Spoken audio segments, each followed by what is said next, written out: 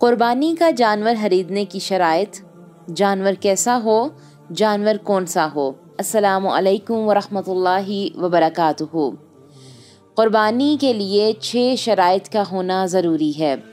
پہلی شرط، وہ قربانی جو کہ بہیمۃ الانعام یعنی گھریلو پالتو جانوروں میں سے ہو، جو کہ اونٹ، گائے، بھیڑ، بکری ہیں۔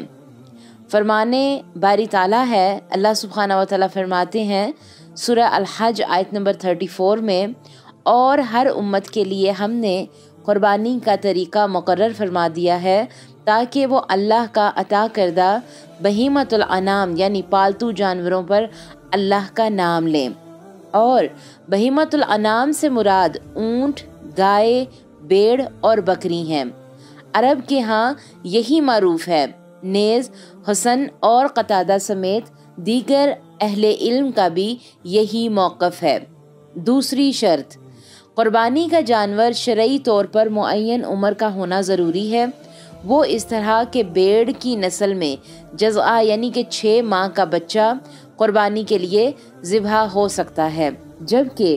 دیگر جانوروں میں سے ان کے اگلے 2 دانت گرنے کے بعد ان کی قربانی ہوگی، کیونکہ نبی صلی اللہ علیہ وآلہ وسلم کا فرمان ہے، مسنا یعنی جس کے اگلے 2 دانت گر گئے ہیں اس کے علاوہ کوئی جانور ذبح نہ کرو، تاہم اگر تمہیں ایسا جانور نہ ملے تو بھیڑ کا جزع یعنی کہ 6 ماہ کا بچہ ذبح کر لو۔ اونٹ پورے 5 برس کا ہو تو اس کے اگلے 2 دانت گرتے ہیں، گائے کی عمر 2 برس ہو تو اس کے اگلے 2 دانت گرتے ہیں، جبکہ بکری 1 برس کی ہو، 1 سال کی ہو تو اس کے اگلے دانت گرتے ہیں۔ اور جزع یعنی 6 ماہ کے جانور کو کہتے ہیں، لہٰذا اونٹ، گائے اور بکری میں سے آگے والے 2 دانت گرنے سے کم عمر کے جانور کی قربانی نہیں ہوگی، اور اسی طرح بھیڑ میں سے جزع سے کم عمر یعنی 6 ماہ سے کم عمر کی قربانی صحیح نہیں ہوگی۔ تیسری شرط، قربانی کا جانور 4 طرح کے عیوب سے پاک ہونا چاہیے جو قربانی ہونے میں رکاوٹ ہے۔ نمبر 1، اس کی آنکھ میں واضح طور پر عیب، مثلاً جس کی آنکھ بہہ کر دنس چکی ہو یا بٹن کی طرح ابری ہوئی ہو، یا پھر آنکھ مکمل سفید ہو کر کانے پن کی واضح دلیل ہو۔ پھر نمبر 2، واضح طور پر بیمار جانور۔ اس سے بیمار جانور مراد یہ ہے، مثلاً کہ جانور کو شدید ترین بخار ہو جس کی بنا پر جانور گھاس نہ کھائے اور اسے بھوک نہ لگے، اس طرح جانور کی بہت زیادہ خارش جس سے گوشت متاثر ہو جائے، یا خارش جانور کی صحت پر اثر انداز ہو، ایسے ہی گہرا زخم اور اس طرح کی دیگر بیماریاں ہیں جو جانور کی صحت پر اثر انداز ہوتی ہیں۔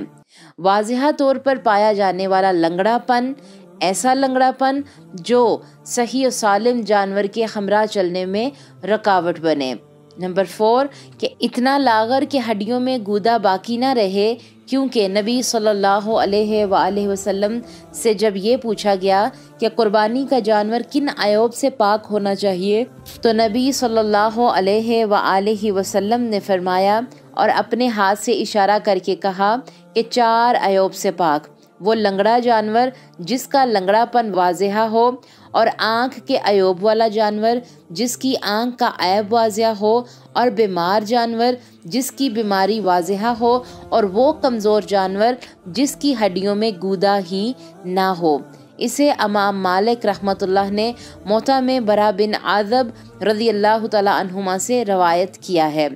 اور سنن بن برا بن عازب رضی اللہ تعالیٰ عنہما ہی سے ایک روایت مروی ہے جس میں ہے کہ نبی صلی اللہ علیہ وآلہ وسلم ہمارے درمیان کھڑے ہوئے اور فرمایا، 4 قسم کے جانور قربانی میں جائز نہیں، اور پھر آگے یہی حدیث ذکر کی۔ لہٰذا یہ 4 عیب ایسے ہیں جن کے پائے جانے کی بنا پر قربانی نہیں ہوگی، اور ان 4 عیوب کے ساتھ اگر ہم کچھ غور و فکر کے ساتھ دیگر جو ہیں عیوب بھی شامل کریں تو اس میں قربانی کو لینا اور قربانی کرنے میں آسانی پیدا ہوتی ہے۔ نمبر 1، نابینا جانور جس کو آنکھوں سے نظر ہی نہ آتا ہو، وہ جانور جس نے اپنی طاقت سے زیادہ چڑھ لیا ہو، اس کی قربانی اس وقت تک نہیں ہو سکتی جب تک وہ صحیح نہ ہو جائے وہ اور اس سے خطرہ ٹل نہ جائے۔ پھر نمبر 3، وہ جانور جیسے بچہ جننے میں کوئی مشکل درپیش ہو جب تک اس سے خطرہ زائل نہ ہو جائے۔